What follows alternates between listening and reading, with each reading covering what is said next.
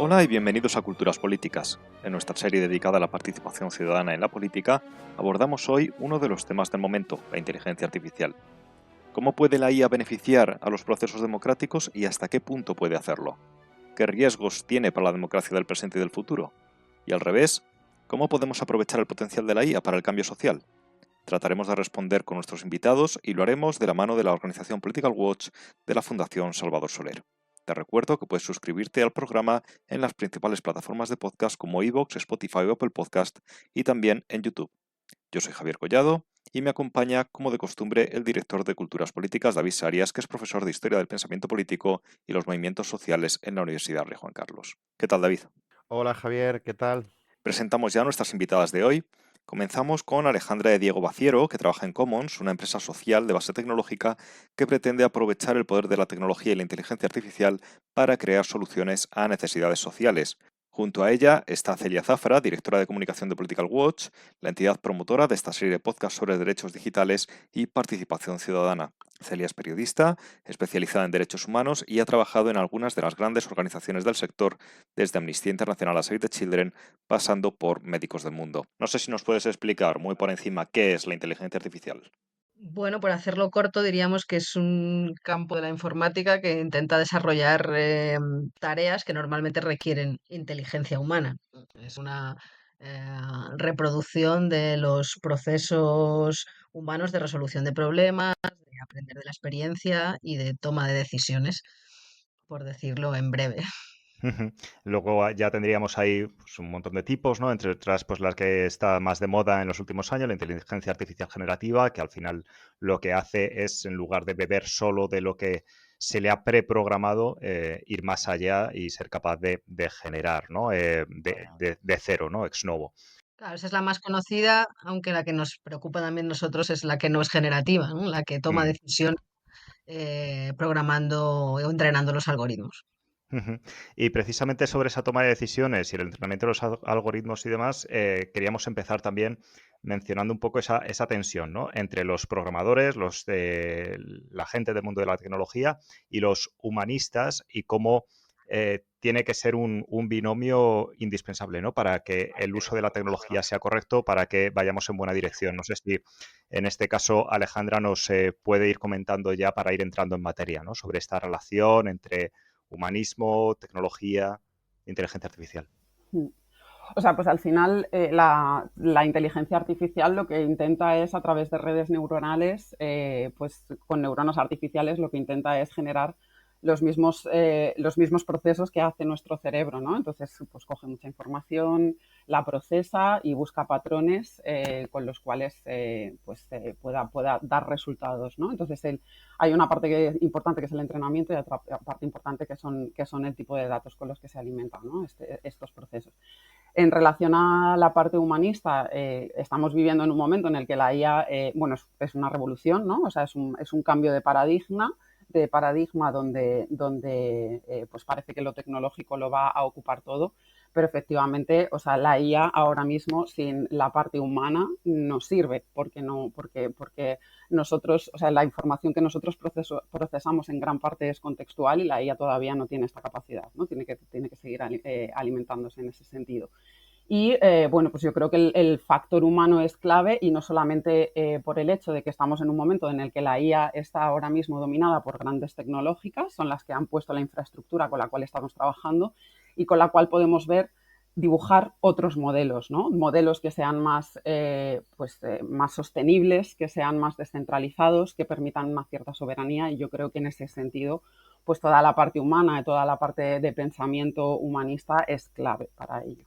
Sí, quería un poco por terminar de clarificar esta parte introductoria del podcast, porque continuamente cuando hablamos de inteligencia artificial, de nuevas tecnologías en general, continuamente utilizamos metáforas. Por ejemplo, habéis hablado de entrenar al algoritmo. Vamos a ver, el algoritmo es una fórmula matemática que no se le puede entrenar. Esto es una metáfora. De lo que hablamos entiendo que es el volcado de la información previa, que es con el que ese algoritmo va a jugar, con el que ese algoritmo va a emplear para generar contenido nuevo. entiendo que es esto. Por ejemplo, si utilizamos la inteligencia artificial desde el punto de vista de participación, para detectar cuáles son los temas relevantes para la ciudadanía, por ejemplo, que es una de las aplicaciones que tiene. Claro, yo le tengo que dar información a ese algoritmo, tengo que llenar ese algoritmo, la X de la fórmula la tengo que llenar con algo. A esto entiendo que es a esto lo que nos referimos con entrenar. Yo diría que es un poco más allá. O sea, por un lado es la alimentación que le das al algoritmo para que aprenda y recabe esos datos, pero por otro lado tú lo programas para hacer algo de una determinada manera. Tú lo programas para que decida cómo que va a dar unas ayudas sociales conforme a unos criterios y no con otros. Lo programas para que identifique una serie de defectos o de errores en un sistema teniendo en cuenta unos patrones y no otros. Esta es la parte que nos preocupa en términos de transparencia, que es igual que en un sistema democrático de democracia liberal como el que conocemos, digamos, sabemos cuáles son las normas y luego podemos exigirlas, pues en el diseño de los algoritmos deberíamos saber el código, cómo se diseñan, qué decisiones se les han pedido que tomen para que podamos estar en igualdad de condiciones. Y en términos de entrenamiento, o sea, al final el entrenamiento lo que hace es definir qué tipo de peso le das a determinada información, ¿no? O sea, entonces, claro, el entrenamiento en lo que consiste es en equilibrar. O sea, cuando decimos que los algoritmos son sesgados es porque están creados por personas humanas que tenemos nuestros propios sesgos, ¿no? Entonces, por eso los algoritmos tienen sesgos. Entonces, la capacidad de reflexión sobre estas cuestiones, sobre qué tipo de asunciones o concepciones tenemos y cómo las trasladamos al ámbito tecnológico, es clave para esta parte del entrenamiento.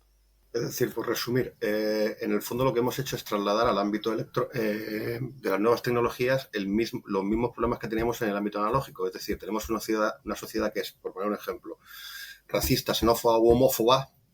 El ingeniero, y quizá de forma incluso implícita, es racista, xenófobo y lo que sea. Y claro, a la hora de construir el propio algoritmo e introducir los elementos que ese algoritmo tiene que computar para, por ejemplo, lo que decía Celia, para distribuir ciertas ayudas. Sin siquiera ser consciente muchas veces, está reproduciendo esos patrones xenófobos, homófobos o lo que sea.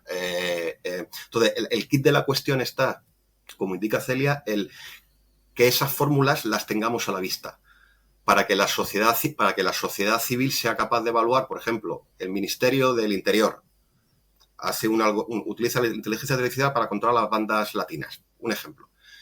Pues que ese algoritmo aparezca en público para que llegue a la sociedad civil, por ejemplo Alejandra, que trabaja en una ONG, y sea capaz de evaluar, o Celia, y sea capaz de evaluar, que además entiendo que de hecho es exactamente lo que hace Political Watch, sea capaz de evaluar exactamente cuáles son los componentes de la inteligencia artificial y cuáles son las consecuencias. Claro, no solo Celia y Alejandra, sino la sociedad civil en general. Muchas organizaciones dispersas sean capaces de realizar ese proceso de control y fiscalización de lo que está haciendo en este caso el ministerio, que puede ser el ministerio o una compañía privada o incluso vuestras propias organizaciones las unas a las otras. Entiendo que esto es lo que nos estamos planteando. Sí, David, pero hay una parte implícita, como bien decías, de traslado de sesgos de cómo somos como sociedad, y hay una parte que tiene que ver con la voluntad de alguien que quiere hacerlo. En el caso de las grandes compañías, que son las que están controlando el desarrollo de la IA, no es una cuestión de que lo hagan sin querer, o sea, es una cuestión de que deciden la manera de hacerlo y esa manera no puede escapar al control ciudadano. Una cosa es la reproducción automática, que la propia inteligencia artificial podría servir para limitar esos sesgos, utilizada de una manera, y otra cosa es la voluntad de aplicar determinados sesgos de manera nada inocente. Son dos cosas juntas. Es así. O sea, creo que tiene que haber una transparencia para entender y para, de alguna forma, capacitar a la ciudadanía también, entender cómo funciona la IA y tener la posibilidad de incidir. En ese sentido, pues, por ejemplo, hay una iniciativa que se llama Algo Rights, que hicieron un encuentro en 2020 precisamente para hablar cómo la IA y cómo los derechos digitales se asocian también a los derechos humanos, ¿no? Y y de qué manera pues tenemos que ser parte de la configuración de estos algoritmos y de estos patrones para poder evitar bueno, pues reproducir los mismos errores. Perdóname, esa es la base de la que parte la coalición IA Ciudadana, cuyo nombre represento hoy aquí, ¿no? Y es que no puede haber unos derechos offline y unos derechos online. No hay unos derechos humanos paralelos y luego unos derechos digitales. O sea, todo forma parte del corpus de los derechos humanos, y la transparencia, la rendición de cuentas y la participación son las tres patas básicas para que podamos defender unos y otros. Si en la parte digital no tenemos transparencia, es difícil ejercerlos y reclamarlos. Pues básicamente eso sería la base de lo que defiende esta coalición, que son más de 15 organizaciones, entre las que está Algo Rights, que mencionaba Alejandra, y que es un caso bastante único en la Unión Europea. O sea, es la primera, España, que está bien que demos ejemplo de vez en cuando, pues es el primer país donde se ha formado una coalición de este tipo. ¿Y cómo estamos pasando de las musas al teatro? Quiero decir, ¿cómo estamos yendo más allá de las buenas intenciones, que creo que todos más o menos coincidimos en lo que estáis comentando, a la parte más práctica, ¿no? ¿Qué iniciativas hay en marcha sobre estas cuestiones? Yo, si queréis, hablo de la parte de gobernanza de la IA y ahora le dejo a Alejandra. Básicamente lo que se está haciendo, es una parte de incidencia política clásica, ¿no? Lo que estamos haciendo, sobre todo después de la aprobación del Reglamento Europeo de Inteligencia Artificial, pues es dirigirnos también a las instituciones europeas, pero en nuestro caso al gobierno español, para decirle, bueno, aquí hay unas medidas que hay que implementar, pero es que además podemos mejorarlas. O sea, el reglamento no dice hay que cumplir lo que pone aquí, que en algunos casos consideramos se ha quedado descafeinado, sino que el gobierno español puede ir a más. O sea, puede aspirar a regular mejor la IA, a mejorar la participación, como dice en su estrategia del año pasado, ¿no? Que quiere crear lugares de encuentro entre sociedad civil, comunidad científica, industria. Eso tiene que ocurrir y tenemos que optar a los estándares más altos de regulación. Entonces, lo que estamos haciendo es trabajando ahí, insistiendo pues ante el gobierno, pero también con datos. Hemos hecho un estudio que demuestra que los registros de algoritmos públicos y de Estado son necesarios, y hay algunas comunidades autónomas que ya van por delante, porque si no registramos cómo son esos algoritmos, cuál es su código y qué hacen, pues nos quedaremos a ciegas, ¿no? Entonces, básicamente estamos en ese plano de análisis legislativo. Europa ha ido por delante, si ahora no se asusta, pues debería seguir yendo, y trasladando esas peticiones a España. Vaya, básicamente yo creo que la parte de incidencia es clave y creo que al mismo tiempo la parte de experimentación y de tener o sea, ahora mismo creo que tenemos la posibilidad de probar cosas, ¿no? Y eso es importante porque nos va a ayudar a definir también líneas en las que queremos seguir. Y yo creo que la posibilidad de generar grupos donde se pueda pues deliberar tanto desde de cómo funcionan los algoritmos, cómo funcionan los sesgos, cómo podemos trabajar con ellos. O sea, creo que la parte de incidencia es clave, pero creo que la parte de reflexión, de deliberación ciudadana y de buscar un poco soluciones desde ahí, con el conocimiento que hay dentro de las organizaciones de base de los movimientos sociales y demás, también es clave para poder avanzar y para poder complementar esa estrategia de incidencia. Yo entiendo aquí, por aterrizarlo de nuevo, que pues Celia y en el fondo tú también, Alejandra, de lo que estés hablando es de regulación del Estado y de hacer públicos los lo que es la fórmula matemática, el algoritmo, vamos. Claro, el punto de conflicto entiendo que son los derechos propietarios, los derechos de propiedad sobre ese algoritmo, que las grandes corporaciones o los agentes sociales lo que quieren es tener ese algoritmo primero controlado y segundo oculto para que no te lo copien, claro. Y entiendo que la intersección del conflicto entre la sociedad en general o el bien común y lo que está pasando en la IA es ¿no? Son los derechos de propiedad y la capacidad de monetizar la inteligencia artificial. Hasta aquí, ¿estoy en lo correcto? Hay una parte de una carrera por ver quién es más rápido y quién hace más, que en inteligencia artificial está clara, pero yo creo que la parte de desregulación no tiene que ver solo con la propiedad, sino que tiene que ver con un ejercicio malentendido de la libertad, ¿no? De qué se puede hacer usando determinados algoritmos. Por ejemplo, el reglamento de inteligencia artificial europeo está muy centrado en el riesgo, ¿no? O sea, en cuál es el nivel de riesgo para el que debemos controlar los algoritmos, cuál más y cuál menos, ¿no? Por ejemplo, los algoritmos que tienen que ver con seguridad o con fronteras o con privacidad, no sé, o sea, lo que tocan más a los derechos más fundamentales. Lo que dice el reglamento es que quien decide si los algoritmos son de alto riesgo o no son las propias empresas tecnológicas. Entonces, esto es como poner al zorro a cuidar a las gallinas, si me permitís la expresión. Entonces, hay una parte que tiene que ver con carrera de posicionamiento y con negocio, pero hay otra parte que tiene que ver con hacer cosas pues un poco por debajo de cuerda, y hay cuestiones tan básicas de derechos fundamentales que creemos que no nos lo podemos permitir. Y esa regulación de qué sistemas tienen que publicar su algoritmo no puede ser que la decidan las empresas. ¿Esto podéis poner alguna de las dos un ejemplo concreto para que la audiencia se haga una idea? O sea, ya estamos viendo muchísimos, las administraciones públicas están utilizando ya algoritmos. Esto es así. Por supuesto, también la empresa privada, la banca, quién decide a quién se concede un crédito, quién no, en términos de seguridad, pero también la justicia lleva años utilizando un algoritmo para decidir los permisos penitenciarios, que por cierto no se ha actualizado, como han denunciado los compañeros de Cibio. En Estados Unidos nos dio mucha más delantera, ¿no? En IA Ciudadana hicimos una recopilación de casos, y hay pues desde uno muy conocido en Holanda, que tiene que ver con las ayudas para escuelas infantiles y cómo ese algoritmo estaba repartiendo las ayudas conforme a un sesgo racial, o atención a personas con discapacidad en Serbia, que la automatización hacía que no recibieran esa atención a quien le correspondía, ¿no?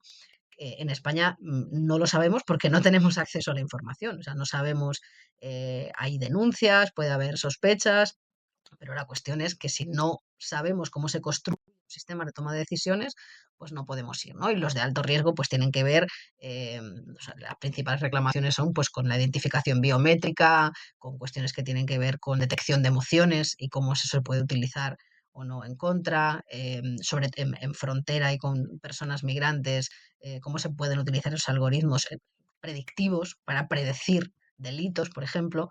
Esos son parte de lo fundamental que estamos pidiendo que se incluya como línea roja absoluta en el desarrollo de la IA. Estamos casi en el terreno ya de la ciencia ficción, ¿no? De Minority Report prediciendo delitos, o una película, ahora que mencionabas la justicia, Celia, una película española interesante en la premisa que se llama Justicia Artificial, del año pasado, que precisamente habla un poco sobre esto, ¿no? De la gestión, bueno, la premisa de la película es un referéndum para que la población decida si está a favor o no de que sean los ordenadores quienes, a base de con toda la información disponible, decidan si una persona es culpable o no, ¿no? Y todas las implicaciones éticas, morales que eso tiene, ¿no? No sé si Alejandra quería aportar algo más también sobre todo O sea, esto. yo recuerdo, por ejemplo, cuando se presentó la propuesta de la alianza, Celia, y corrígeme si me equivoco, recuerdo que salió como salió un artículo en el diario.es en donde se planteaba esta propuesta por parte de la alianza, y uno de los ejemplos que daba era cómo dentro de Biogen, del sistema de control de los casos de violencia de género, pues las 55 últimas mujeres que habían sido asesinadas, pues estaban categorizadas como de riesgo bajo, ¿no? O sea, creo que es bastante clave ver cómo funcionan estos procedimientos, ¿no? Estos patrones. Y en relación a lo que decía también antes Celia, claro, o sea, ahora mismo el desarrollo principal está en manos de las grandes tecnológicas. Claramente, cuando hablamos del ámbito privado y del ámbito público, estamos hablando de dos esferas completamente distintas que no se pueden regir por las mismas normas, porque los objetivos son completamente distintos, ¿no? Entonces, cuando estamos hablando de lo público, cuando estamos hablando de algoritmos que van a llevar a cabo, que se integran dentro de servicios públicos y demás, tenemos que plantear un enfoque completamente distinto, ¿no? Basado en el bien común y no en, el oscurantismo o el propio beneficio económico de estos procesos. La verdad es que uno se siente, no sé si vais a coincidir con esto, pero un poco ludita y casi reaccionario, porque el ejemplo que ha puesto Celia de es que los permisos penitenciarios los elige un algoritmo, cosa que yo desconocía y que de repente me ha puesto francamente nervioso, que una fórmula matemática decida si un ser humano es libre o no libre o tiene un tercer grado. A esto me refería con reaccionario. Es que igual lo que habría que hacer es intentar ponerle puertas al campo, en el sentido de es que esto no puede ser. Esto sencillamente no puede ser. Porque yo entiendo que el error humano es aceptable, lo que no es aceptable es el error de una máquina.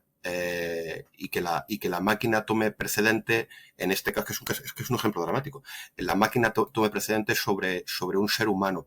Entonces, la pregunta es si efectivamente se le pueden poner puertas al campo. En este caso concreto yo creo que sí, porque no requiere grandes masas de datos, no... Lo que estamos pidiendo es que siempre haya supervisión humana.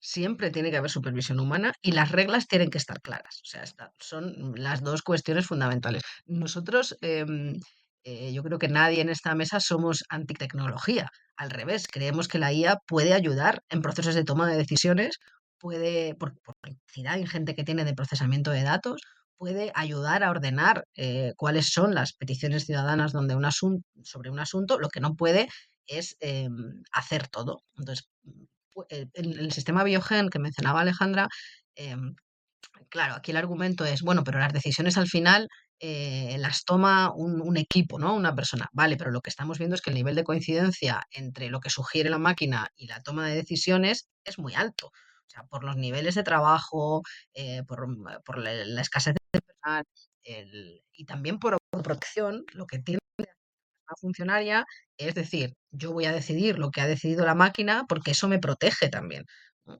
Entonces, esto no debería funcionar así. La máquina te puede dar una recomendación en la película que mencionaba Javier, que la he visto, se ve muy claro, ¿no? Pero tenemos que saber en base a qué criterios y luego tiene que haber, en los casos más graves, quizá no una persona, quizá tiene que haber un comité, quizá tiene que haber como unas pautas de revisión que sean garantistas, porque estamos hablando de personas. Alejandra, tú que estás trabajando desde una organización que trabaja en el activismo y en el trabajo de base, ¿tú nos puedes contar alguna acción que hayáis emprendido en la línea en la que nos explica Celia, en la que veamos, bueno, pues hemos identificado este problema y lo hemos solucionado, o hemos identificado este problema y estamos tratando de solucionarlo? ¿Tienes un ejemplo concreto de vuestra actividad que le sirva al oyente para ilustrar, para hacerse una idea de estas dinámicas? Sí, o sea, no sé si exactamente se encuadraría dentro de lo que ha comentado Celia, pero nosotros una de las cosas que hacemos es trabajamos en campañas ciudadanas donde, como decía antes, nos permita posicionar en el debate público otro tipo de narrativas que están ahí, pero que no son tan visibles, pues porque no se difunden tanto. Y pues hemos trabajado en procesos en los que tenemos que, por ejemplo, estuvimos trabajando en Kenia en una serie de campañas sobre salud sexual y reproductiva, hacia mujeres y niñas principalmente, y entonces, bueno, pues aparte de toda la cantidad de información que hay en torno a tanto documentos oficiales del Ministerio de Salud como informes de distintas organizaciones de la sociedad civil y demás para poder configurar ese punto de partida común, ¿no? y empezar a diseñar esas narrativas, pues por ejemplo, lo que nos ha ayudado la inteligencia artificial a la hora de procesar todos esos datos, de generar categorizaciones que nos permiten ese análisis narrativo, de generar asistentes que son útiles, por ejemplo, para creadores de contenido a la hora de pues poder visualizar esos datos o poder generar relaciones, ¿no? Incluso bueno, pues eso, de articulación argumental, ¿no? Pero como dice Celia, yo creo que esa parte es esencial. Es necesario que siempre haya la parte humana, o sea, la parte humana creo que no puede salir de la IA. El otro día lo comentaba con una compañera, que la IA tiene que estar en el medio, no puede ser ni el principio ni el fin de las cosas, ¿no? Tiene que ser un momento en el que te ayuda como herramienta a procesar, a categorizar, a sistematizar, pero no le podemos dejar en la toma de decisiones precisamente por todo lo que estábamos comentando anteriormente, ¿no? Vengo ahora de un encuentro en Bruselas, del mayor encuentro de tecnologías cívicas y prodemocracia del mundo, que se llama TICTEC. Claro, obviamente ha ocupado mucho espacio la IA, ¿no? Y había o sea, muchos ejemplos, pero uno, por ejemplo, en Pakistán, de una organización que se llama Code for Pakistan, que lo que ha hecho es utilizar la IA para desarrollar unos bots que lo que hacen es ayudar a la ciudadanía a entender la constitución de Pakistán. nada mucho más ambicioso, pero ¿qué porcentaje de personas que vivimos en cada país conocemos bien la Constitución y qué nos permite y de qué nos protege? Pues han utilizado unos bots y el nivel de información ciudadana sobre la Constitución se ha disparado. O la experiencia que hay en Manchester, que se llama el People's Panel, que tiene una oficina muy potente de ciudadanía digital, de cómo están entrenando a la población de Manchester en el conocimiento de la IA y cómo eso les permite además participar mejor en la toma de decisiones municipal. Que, que hay muchísimas buenas experiencias, va a haber cada vez más, pero no podemos dejar la parte de vigilancia sola porque si no la oscuridad va a tapar el sol. Lo que pasa es que, Celia, en esos programas de los que hablas, a mí la duda que me surge es si no vamos a asistir a los mismos sesgos. Quiero decir que si tú pones a un gobierno municipal a programar un asistente de inteligencia artificial que te explique determinadas iniciativas municipales, que no vaya a barrer para la postura progubernamental, ¿no? Bueno, eso siempre estará, ya lo hacen, o sea, no va a ser ninguna novedad. La cuestión es facilitar a las personas la toma de decisiones y publicar con qué criterios se están adoptando, ¿no? Aplicada a la participación ciudadana, de la que hemos hablado mucho aquí, el potencial de la IA es enorme. Como decía Alejandro, en el procesamiento de datos, en las plataformas de las que ya hemos hablado también esta serie, pues en Decidim y todos los ayuntamientos, gobiernos que están utilizando esa plataforma para recoger propuestas que van desde el ladrillo a la organización comunitaria yo qué sé, la organización del transporte en la ciudad.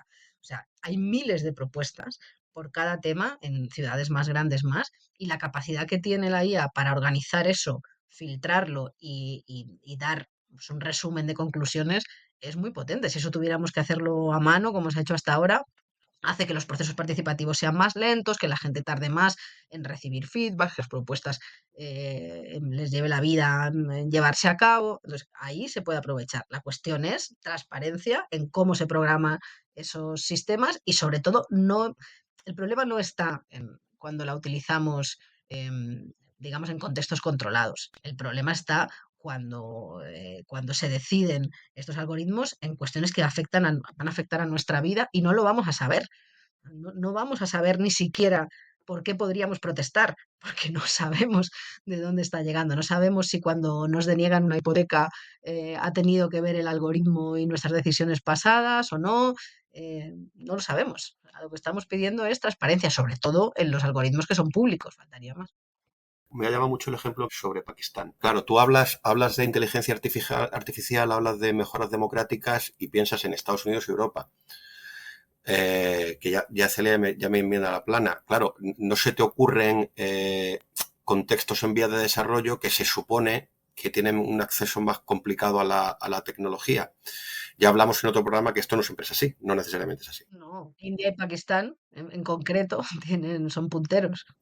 Sí, pero son punteros en centros concretos dentro de la India. Entonces era un poco la pregunta que os hago a las dos, que salir un poco del contexto en el que hablábamos, es cómo puede la IA, y vamos a pasar a soluciones, que en parte ya lo estáis haciendo, a expandir el modelo, iba a decir de democracia liberal, pero por lo menos de participación política, más allá del núcleo duro occidental, donde aquí el problema en parte está resuelto y lo que estamos haciendo es tratar de mantener una situación que nos parece que es ya la correcta, ¿no? Pero cuando te vas pues no sé, al Sahel, al África subsahariana, con sistemas políticos que en analógico ya tienen serios problemas. ¿Cómo puede la inteligencia artificial ayudar a profundizar en la participación política en estos contextos? Porque es que es contraintuitivo. El ejemplo de Pakistán a mí me ha parecido muy contraintuitivo. Entonces no sé cuál de las dos quiere contestar. O sea, yo creo que un titular que yo tengo muy presente y que ha salido mucho en esta conferencia que os decía es, tal y como está nuestra democracia, ahora mismo necesitamos que sea rápida, que sea efectiva y que sea popular. Y para esos tres objetivos, la tecnología nos puede ayudar, sea en forma de IA o sea en otras formas que no tienen nada que ver, ¿no? Y esto yo creo que es de una claridad aplastante. Y es verdad que tú dices que es contraintuitivo. O sea, podríamos hacer aquí una lista de ejemplos. En Kenia hacen un seguimiento de promesas electorales Esto lo vas a ver bien, Alejandra. O sea, tienen un sistema, no recuerdo ahora el nombre en concreto, en el que comparan los programas electorales, los manifestos, ¿no? que les llaman, con y luego van detectando el grado de cumplimiento de las promesas y te lo ponen ahí en una herramienta de monitoreo eh, parlamentario, de monitoreo legislativo, en este caso, ¿no? Y luego hacen asambleas ciudadanas físicas complementarias, pues para que aporten el conocimiento que tienen, sí, de si esas promesas que les hicieron cuando fueron los políticos en campaña electoral se cumplieron o no. Eso no es exactamente IA, eso es monitoreo parlamentario, pero es uso de la tecnología. Y eso está sirviendo en muchísimos países, en muchísimos.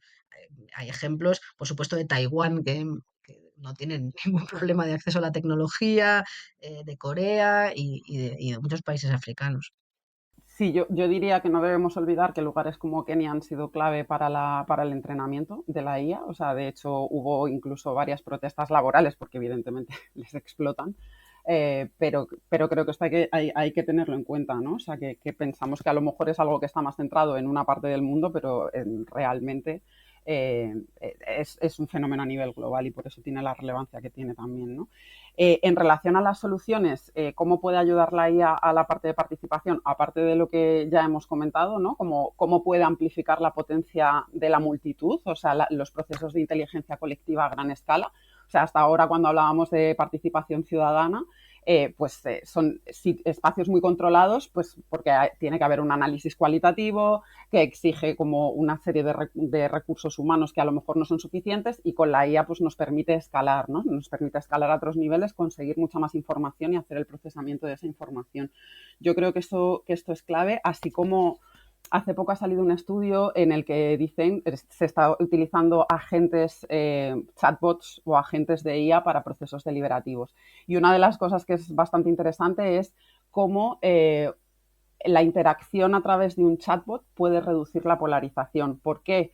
Pues porque somos humanos y porque tenemos asunciones. Y normalmente cuando dialogamos con otra persona sabemos que hay un sesgo político ahí que no se le aplica a la propia tecnología, ¿no? Entonces, los procesos de deliberación con herramientas de IA pueden ayudar a reducir esos sesgos, a reducir esta polarización precisamente porque no asumes que la IA tiene un determinado sesgo político.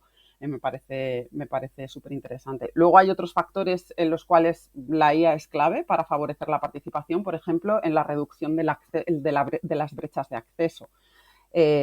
Aparte de estos chats accesibles, ¿no? Estos chatbots que te pueden ayudar a traducir una cantidad ingente de información técnica y de datos técnicos que tienen las administraciones a lenguajes un poco más cotidianos y más accesibles al resto de la gente, también está la posibilidad, por ejemplo, de participar a través de audios de voz, ¿no? O sea, favorecer procesos de participación a lo mejor donde no, donde hay mayores dificultades de acceso, pero ofreciendo, ¿no?, una participación a través de chat de bot, garantizas que mucha más gente participe. Luego, pues también, por ejemplo, para nosotros hemos utilizado mucho en Commons el mapeo, o sea, la IA para ayudarnos a hacer mapeo de actores y mapeo de temas, ¿no? De cuánta gente puedes encontrar dentro de los perfiles de redes sociales que están interesadas en un tema, con la que puedes contactar, con la que puedes generar procesos mucho más amplios, pues sí, yo creo que esto es clave. Cuando hablas de utilizar chats de voz, o sea, de utilizar la inteligencia artificial para gestionar chats de voz, a lo que te refieres es, en vez de ser un texto que se lee, lo que hace la inteligencia artificial es oír el mensaje, detectar las palabras claves, con lo cual el participante no tiene que darle a la tecla, sino que basta con que hable. Con lo cual, claro, gente que tiene menos, por ejemplo, si nos vamos a países en vías de desarrollo que a lo mejor tienen menos accesibilidad a la alfabetización, pues llegas a más gente, o incluso en Europa Occidental, bueno, pues no tengo ganas de ponerme aquí a redactar un informe, simplemente expreso mi opinión y lo que hago es acelerar el proceso y expandirlo, ¿correcto? De nuevo, insisto, sé que son cosas muy básicas, pero es para que se nos entienda bien, porque además a veces damos por sentadas cosas que son tan revolucionarias que nos cuesta imaginarlas. Es decir, que tengamos un programa que sea capaz de interpretar lo que yo estoy diciendo, no lo que yo estoy poniendo por escrito. Que esto es más viejo que la tos ya, el análisis de texto, ¿no? Pero por voz, digamos, esto es verdaderamente revolucionario, porque puedes tener un debate, lo que tú estás diciendo, Alejandra, es que puedes tener un debate en tiempo real, en el que, o tiempo prácticamente real, en el que participen cientos o miles de personas a la vez. Y lo que hace la inteligencia artificial es agilizar ese debate. Claro, volvemos al punto inicial. El problema es ese algoritmo y qué palabras estás tú seleccionando. Y luego una última cosa que de nuevo no es ni siquiera una pregunta, es un poco subrayar. Me ha llamado mucho la atención esto que habéis dicho de que la gente prefiere tratar con una máquina. Porque la máquina se supone que no tiene sesgo. Claro, nos hemos pasado 20 minutos al principio diciendo no, la máquina siempre tiene sesgo. Sesgo. Esto punto 1. Y punto 2. Yo había visto esta dimensión tecnológica como un problema. Porque efectivamente no estás interactuando con un ser humano. Entonces, a mí esto siempre me ha parecido un problema y ahora por lo que vosotras indicáis, bueno, esto es un problema y una oportunidad al mismo tiempo. O sea, tienes esta ambigüedad con todas las nuevas tecnologías, pero especialmente con la inteligencia artificial, de que es al mismo tiempo un peligro y una oportunidad contenida en ese mismo peligro. No sé si me estoy expresando con claridad. O sea, en el fondo lo que tenemos es esta incógnita, ¿no?, de qué es lo que va a prevalecer. A ver, yo solamente quiero matizar que no es que la gente prefiera hablar con máquinas, sino que cuando interactúas con una máquina hay determinados sesgos humanos que se reducen. Y eso creo que es un factor que hay que tener en cuenta a la hora de trabajar con estas herramientas. Pues así lo dejamos aquí por hoy. Muchas gracias a ambas por acompañarnos, Alejandra, Celia y David. Te espero en el próximo programa, que será el último de esta serie. Se despide Javier Collado. Si te interesan las cuestiones de las que estamos hablando en esta serie, te invitamos a acceder a la web politicalwatch.es, donde puedes encontrar más contenidos sobre participación política. También puedes escuchar el resto de episodios de esta serie. Recuerda que puedes encontrarnos en las principales plataformas de podcast como Spotify, iVoox, Apple Podcasts o YouTube. Suscríbete en tu preferida para no perderte ningún programa. También puedes encontrarnos en X, en la cuenta @culturpol, en Blue Sky o en nuestra web culturaspolíticas.com. Hasta el próximo programa.